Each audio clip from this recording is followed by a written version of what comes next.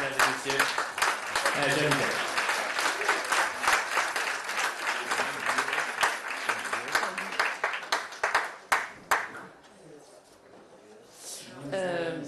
Et donc j'ai perdu le fil, excusez-moi. Oui, d'abord il était très amoureux d'elle. Oui, il est devenu très amoureux d'elle quand il était le gouverneur de Louvciennes, et puis elle l'a rejeté, et je crois que voilà, il s'est malheureusement vengé. Et il est mort de faim et de froid en ayant enseigné le français, ce qui prouve que tout ce qu'a fait Jeanne pour lui lui a servi toute sa vie en fait. Johnny, it's very touching images to watch. What was the feeling? Just very simply, what was the feeling after the screening yesterday and this standing ovation?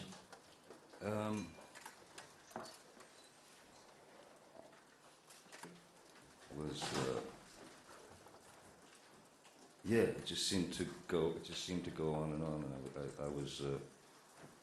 And you know, you become like a kind of a, because we're all sort of mommies and daddies of the film in a weird way. Maïwenn, of course, this is her baby, but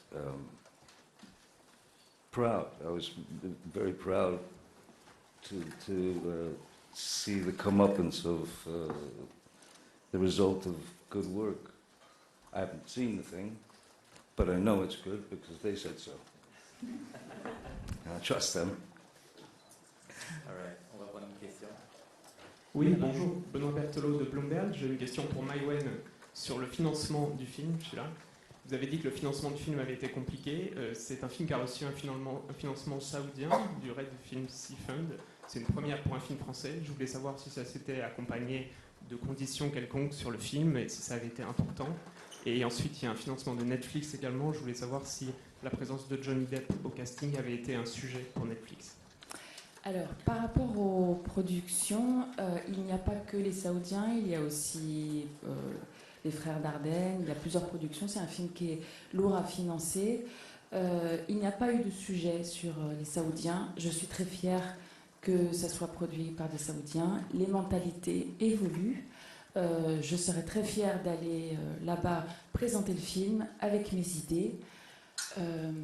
Voilà, les choses bougent. Ce n'est pas le premier film français produit par des Saoudiens. Regardez Red Sea, il y a plein d'autres films qui sont très reconnus dans le monde entier. Voilà. Par rapport à Netflix, non, ça n'a jamais été un sujet. J'ai toujours dit que je ferais le film avec Johnny, et Netflix ça n'a jamais été un sujet. Voilà, point. Une question par là-bas. Joël Gerstel, Satellite Fax. J'avais une question sur la relation entre Benjamin Laverne et Maïwenn que je trouve extraordinaire, pleine de retenue et de clin d'œil. J'ai profité de la présence de Johnny Depp pour lui poser une question. Johnny Depp, were you surprised to be chosen for this role, and how was it to shoot in French? Was it difficult for you? Was I surprised? Yeah, I thought someone had there was a terrible misspelling somewhere. And Maïwenn and I ended up in the wrong room at the same time.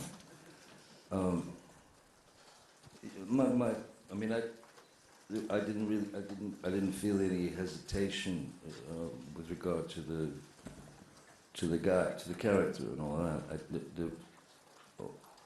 Or the language necessarily, I didn't find particularly intimidating. You know, a bit of a, you know, it's a bit like running through the raindrops. But my question to Maïwenn when we first met was, maybe you want to try a French guy as King, you know, Louis, as Louis XV. She thought about it for a second. She said, I thought about that too. Nah, I want you to do it. So I thought it was very brave of her to choose some hillbilly from Kentucky to play Louis XV. Very brave. So yeah, I was instantly, up for it, wanted to do it. Just wanted to make sure that that I wasn't, I don't know, stepping out of my box and into someone else's, you know, getting into other people's things, culture, thoughts, weirdness. But I'm glad she persisted, and I'm glad I persisted. And the experience of doing the film in French was, I wanted at least to be my pidgin French, at least I wanted it to be in some regard. I wanted to be able to improvise if necessary. So that was again, you know, you're way outside your language, your vernacular, and your way of expressing yourself. But yeah, it was. She was very patient with me. I'll put it that way. All right, we have a question over there. Bravo on the film. You had mentioned in an interview in the Sunday Times back in 2021 that you felt boycotted by Hollywood. Do you still feel that? Do you feel that the tide is changing toward you doing major studio films again? It's not my tide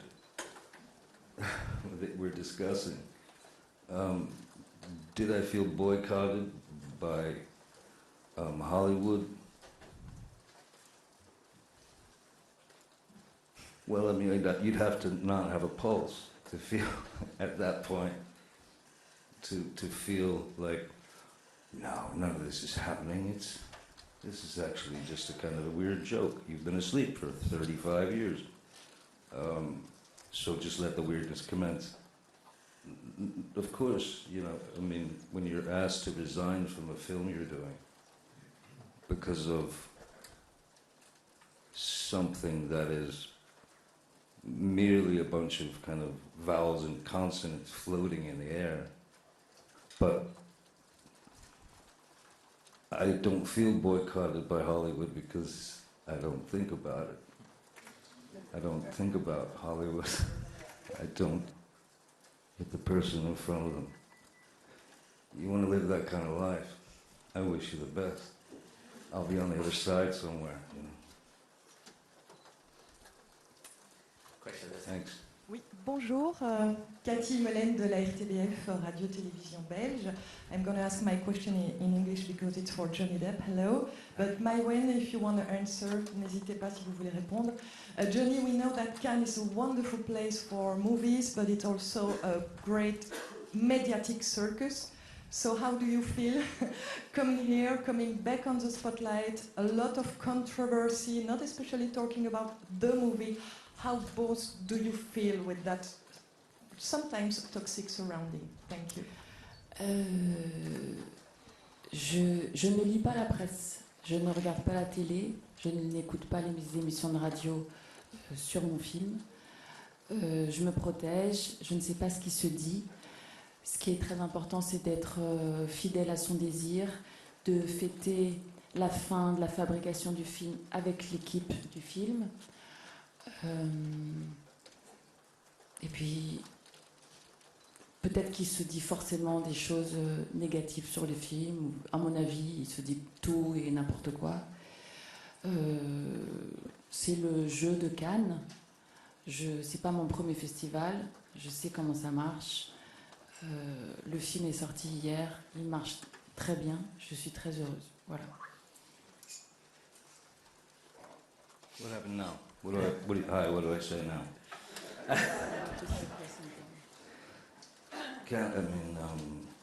first came to Cannes, it was like 92 or something. I came to Cannes accidentally, to the festival accidentally with Emir Kusturica, and it was absolutely a circus like nothing I'd ever seen.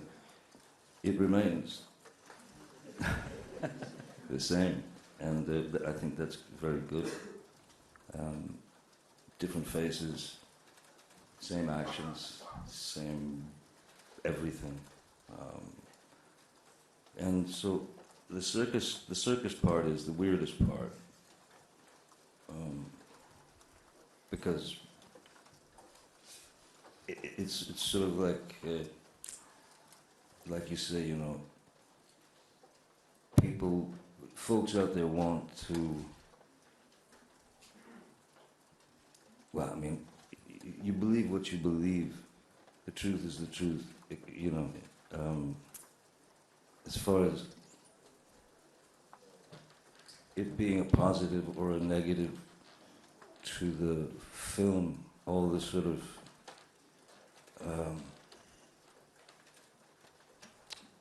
abstract whispers,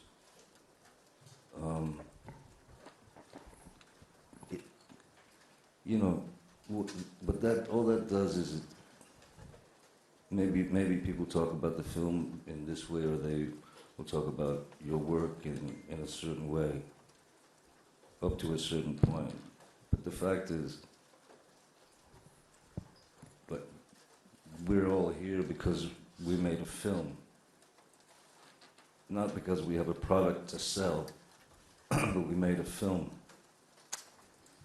Everything that the majority of you who've been reading for the last 5 or 6 years have been reading, I mean, with regard to me and my life, the majority of what you've read is fantastically, horrifically written fiction. So, the fact is, as I was saying, we're here to talk about a film, but, you know, it's like asking a question, how are you doing? But what's underneath in the subtext is, God, I hate you. Do you know what I mean? So that's the sort of media thing.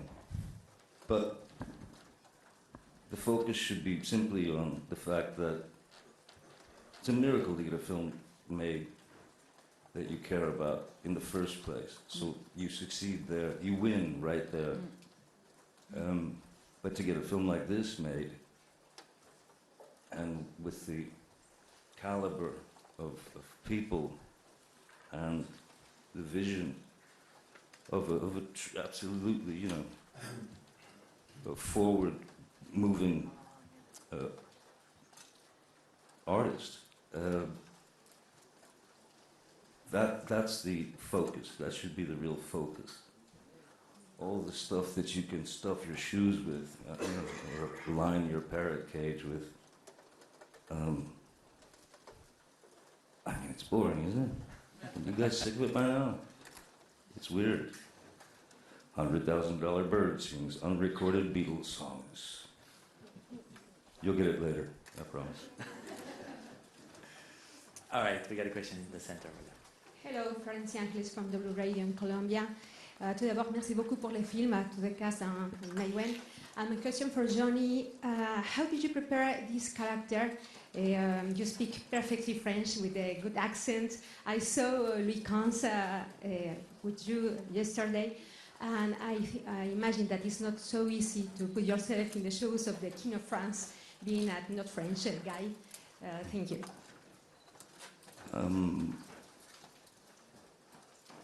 What was the original part of the question? I'm sorry. How did you prepare for the film?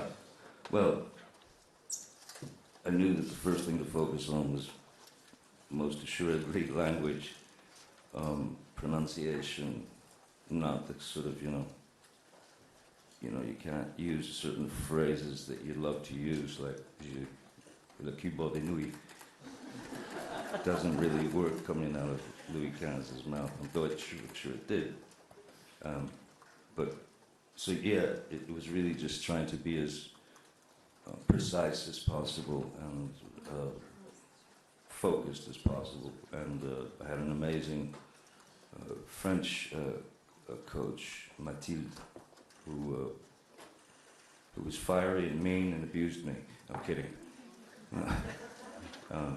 No, she's a wonderful French teacher, and she was there, and she was diligent, and she made me stretch my mouth in weird places. But I still like her. she's wonderful. And also, I mean, you know, for them, all the, you know, this is their native tongue. Me, I'm, you know, sort of flapping around and hoping that the next word will come out in some form of French. It was fun, you know, because yeah, I had a lot of help.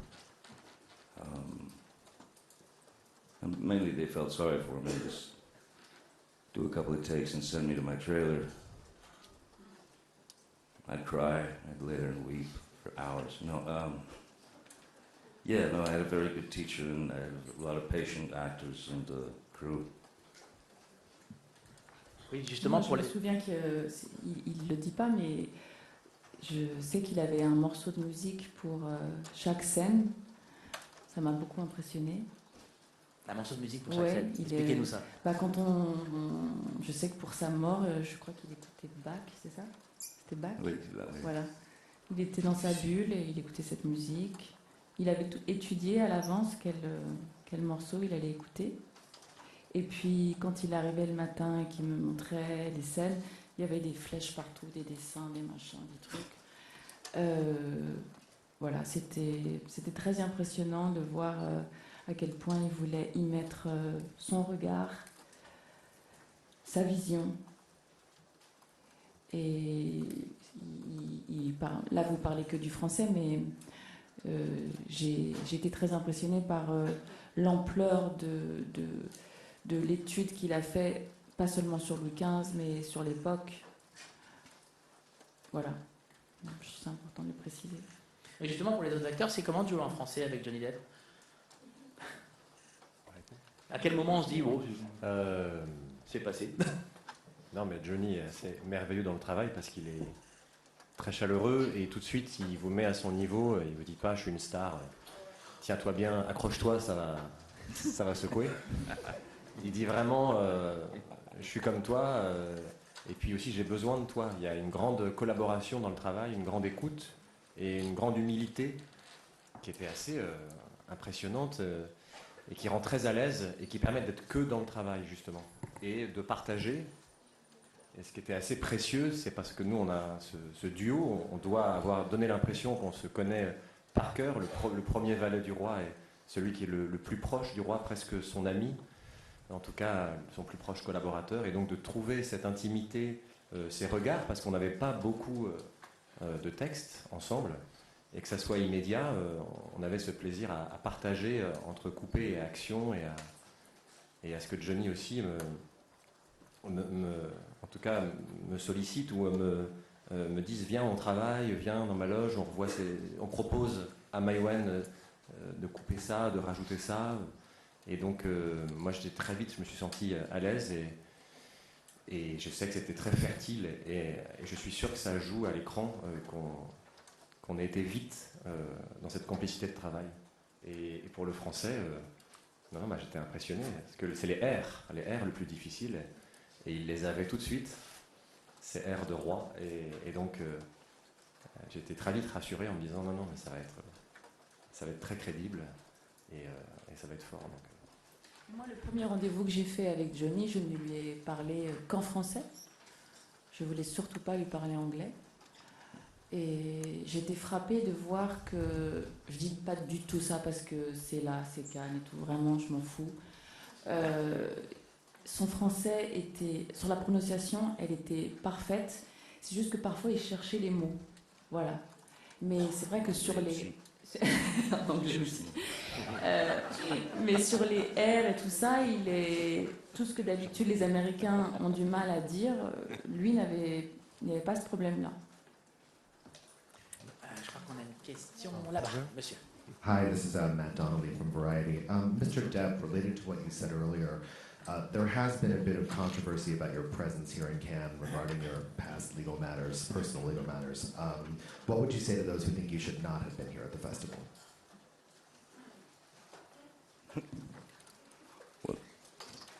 So we're talking theoretically about what would I do if there were people who didn't want me to come to the Cannes Film Festival?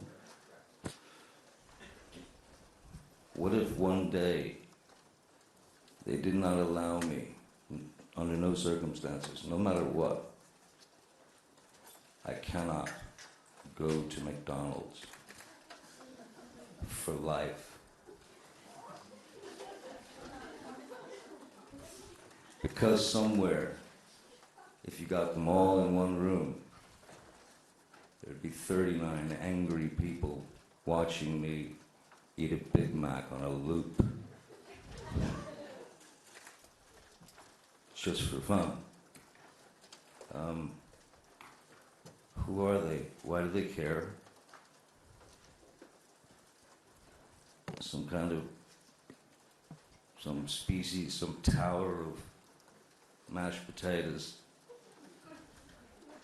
covering the light of a computer screen, anonymous, with apparently a lot of spare time.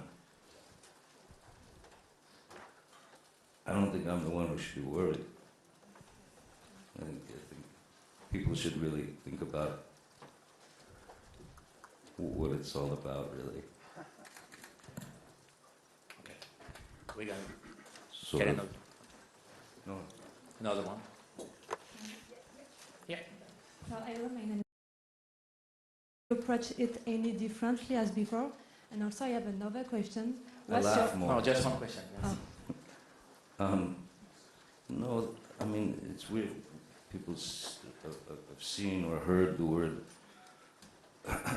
comeback exchanged by folks and using that as the sort of catchphrase of, the guy's, he's making a comeback or he's made a comeback. And after whatever experiences, not only myself, but other people have experienced, you know, whatever anybody's been through over the COVID years, over the this or the that, and suddenly the film comes to the Cannes Film Festival, and then this wonderful new word. By the way, I've had about 17 comebacks, apparently. I keep wondering about the word comeback because I didn't go anywhere. As a matter of fact, I live about 45 minutes away. So, yeah, maybe people stopped calling out of whatever their fear was at the time. But no, I didn't go nowhere. I've been sitting around.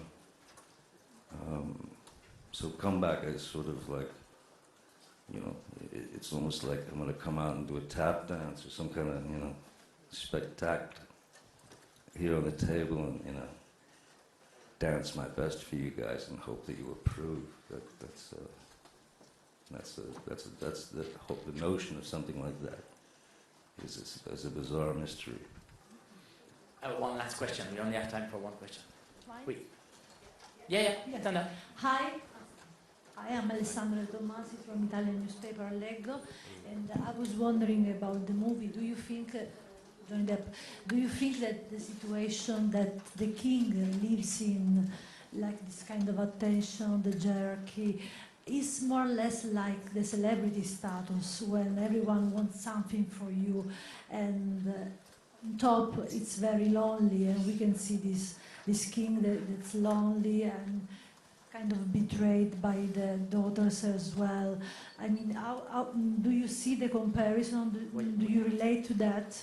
Thank you. La question, c'est voyez-vous la comparaison entre être roi et être star et comment ça se rejoint au niveau de la vie du roi à l'époque et les stars? C'est pour Johnny.